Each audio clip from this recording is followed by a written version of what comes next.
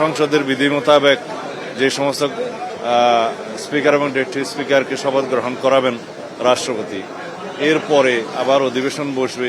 সেই অধিবেশনে প্রথমে সভাপতিমণ্ডলীর প্যানেল ঘোষণা করা হবে, তারপরে সুপ্রস্তাব আসবে, সুপ্রস্তাবের উপর আলোচনা হবে, তারপরে সংসদে যে সমস্ত অর্ডিন্যান্সগুলো প্লেস করার কথা, উত্থাপন করার কথা 133টি অধ্যাদেশ আইনমন্ত্রী উত্থাপন করবেন এবং এরপরে রাষ্ট্রপতির ভাষণ হবে।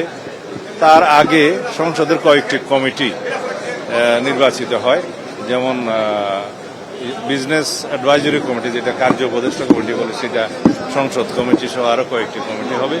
রাষ্ট্রপতির ভাষণের পরে সেদিন মুলতবি হবে।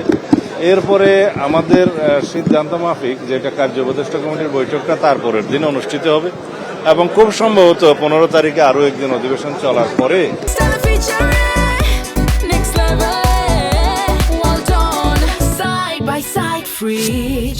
সংসদ অধিবেশন বিরতি হইতে পারে, তারপরে ঈদের পথে হবে। আপাতত এগুলো চিফ হুইপ বলার কথা, উনি বলবেন বিস্তারিত। সামনে কিন্তু সংস্কার সহ অর্থনীতি সহ অনেকগুলো বিষয় আছে। এই নতুন সরকারের প্রত্যাশা আছে,